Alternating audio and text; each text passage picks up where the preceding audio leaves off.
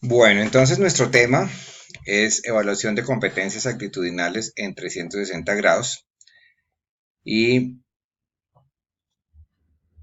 vamos a hacer un trabajo basado en este método o esta metodología de evaluación de 360 grados. Primero que todo, acordémonos que las competencias son tres grandes grupos de competencias: las cognitivas o cognitivas, las instrumentales y las actitudinales. En el trabajo que vamos a hacer, que es evaluación 360, nos enfocamos en las actitudinales, que son parte de la personalidad y se revelan en comportamientos o conductas, y el proceso para su consolidación en los empleados de una empresa es a través de la formación. Pero lógicamente tenemos que determinar a través de la evaluación cuál es el estado actual. Entonces, las competencias actitudinales, por ser parte de la personalidad, son rasgos, características o atributos de la personalidad que potencializan o limitan a la persona para desempeñarse no solamente en el trabajo, sino también en aspectos personales. Se definen como eh, una actividad que debe ser, eh, implicar un verbo que sea observable, medible y cuantificable, y se identifican a través de comportamientos que también deben ser medibles y cuantificables. Ejemplos: creatividad, trabajo en equipo,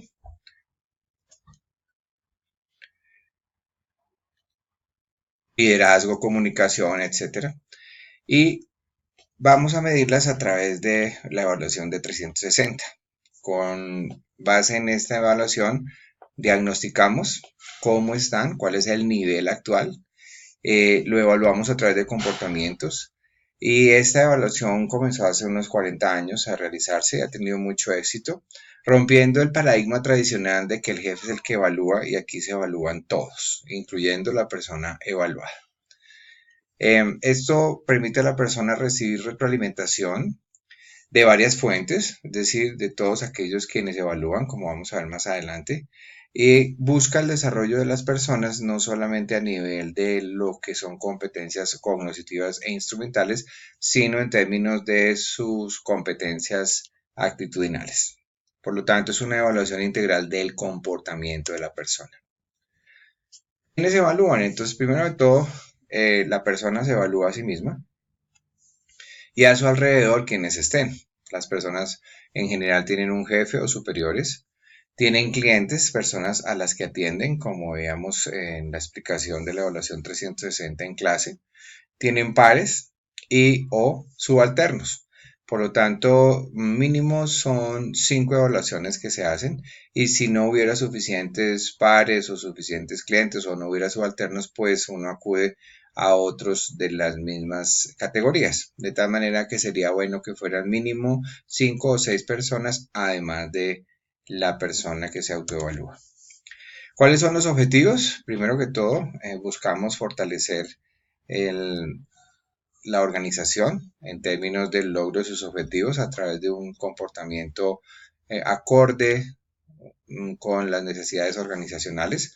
Por supuesto, mejorar el desempeño de la persona y, lógicamente, un desarrollo más integral de la persona, no solamente como un trabajador, sino como una persona integral e integrante de un grupo organizacional. Y realmente pues estamos hablando del desarrollo de la persona. Además, detectamos áreas de oportunidad para la persona, es decir, de los potenciales que tienen, el equipo y la organización también, y por lo tanto definimos unos planes de desarrollo, tanto individuales como grupales, para que exista una mayor capacidad organizacional.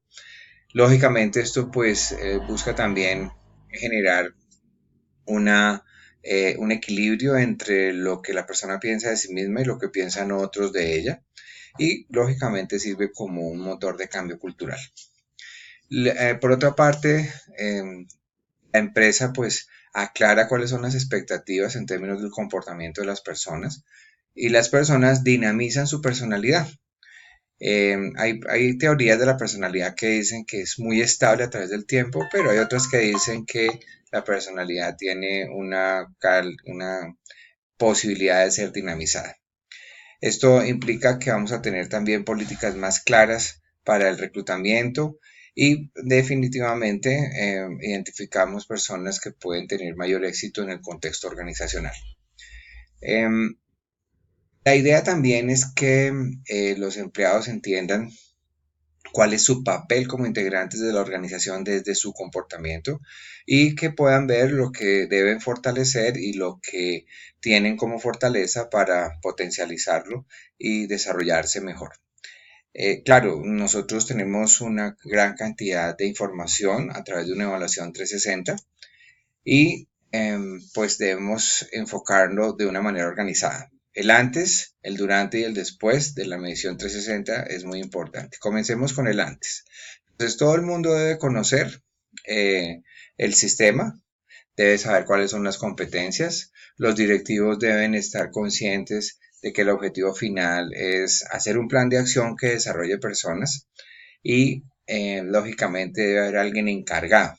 Y por supuesto que debe existir un clima organizacional apropiado. Cuando no existe un clima organizacional apropiado, donde hay equilibrio entre las personas y todo eso, es difícil hacer una evaluación 360. El área de gestión humana debe estar pendiente de no entrar en conflicto con las diferentes áreas en el sentido de que somos staff que asesoramos a las áreas y debemos manejar, por lo tanto, esos conflictos que se puedan presentar. Lógicamente debemos tener a las personas idóneas y ser creativos dependiendo del contexto organizacional para realizar una evaluación de estas.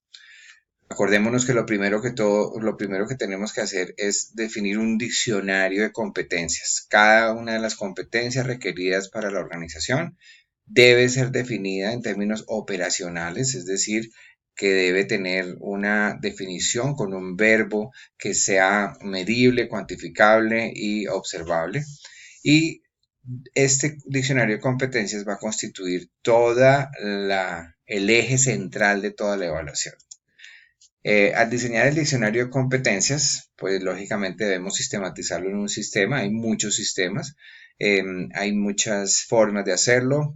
Nosotros aprendimos a hacerlo en Excel, pero hay muchos sistemas que son comerciales o que se pueden hacer in-house en la empresa. Debemos explicar con claridad a todas las personas qué es el sistema y cuáles son las competencias y además incluirlas en su cargo para que las personas sepan en qué medida se les va a evaluar, es decir, cuánto deben tener de cada competencia.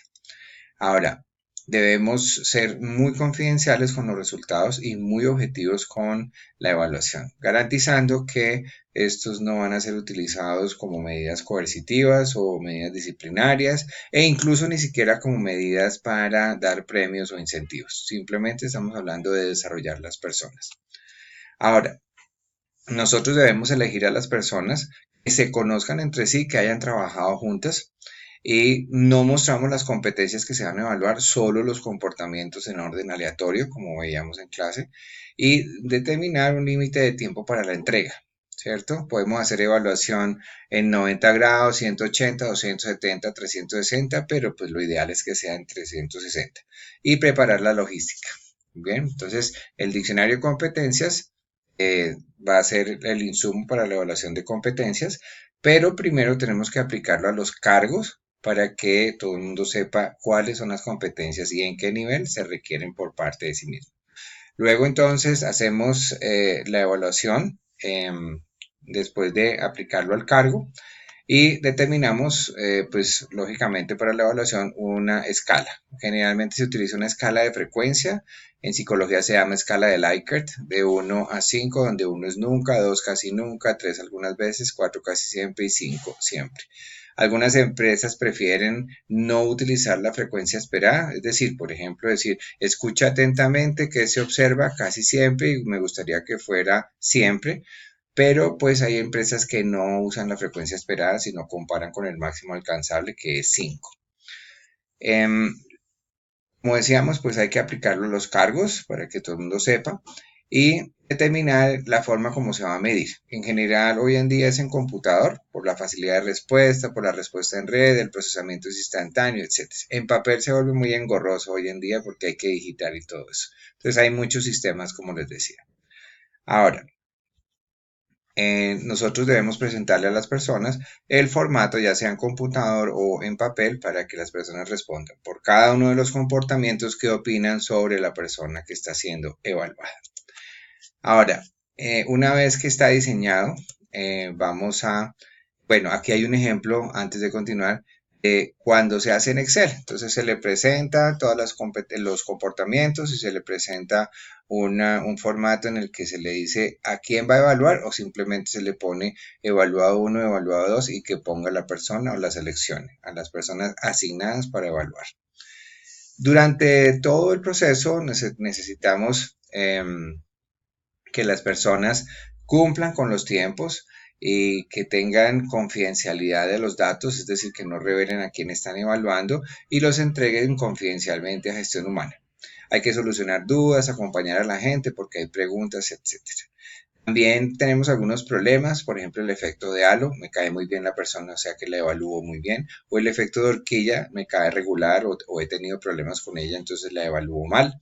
Y efectos de tendencia central, que es, califico a todo el mundo más o menos lo mismo. Hay personas que no responden correctamente todos los ítems, es decir, no completan la evaluación de todas las personas, o dentro de cada evaluación no completan, o cambian el tipo de evaluador, soy el jefe, soy el par, pero en realidad no lo es y no conocen bien al evaluado y no lo informan. Luego, pues viene el procesamiento de datos, que generalmente es por computador o en un Excel, como lo vimos antes, y tenemos que sacar un informe para que las personas tengan información concreta sobre cada competencia y cada uno de los comportamientos. Bueno, ok. Acordémonos que tenemos un semáforo, el semáforo tiene una connotación de muy desarrollado verde, desarrollado amarillo, está en desarrollo naranja y no se ha desarrollado. Entonces, como veíamos en Excel, tenemos que calificar para poder identificar en qué parte del semáforo. Esto se hace con la brecha.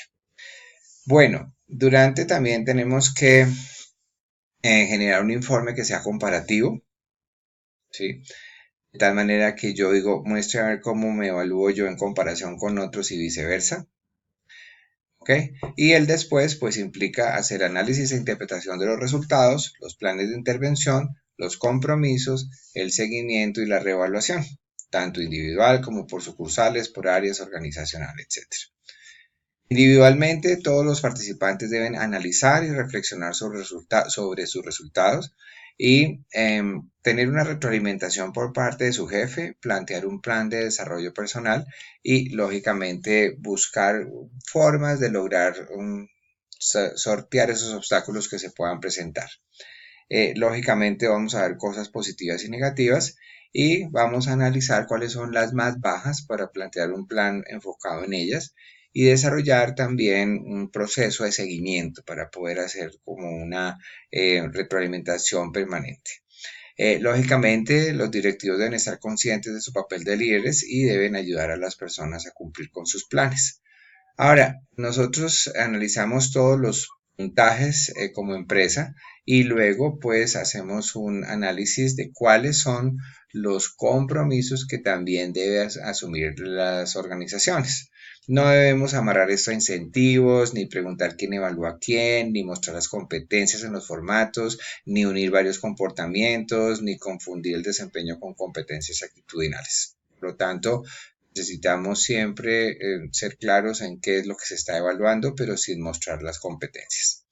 Por último, necesitamos que haya una, digamos, responsabilidad por parte de la organización en términos de los planes que van a desarrollar para todos los empleados de la organización. ¿Okay? Por lo tanto, una vez que tengamos todos estos análisis, cada persona hace su desarrollo, cada área hace su desarrollo y la organización hace su desarrollo. Muy bien, ahora entonces la tarea que tenemos es construir un diccionario de competencias de 15 competencias para un hotel 5 estrellas.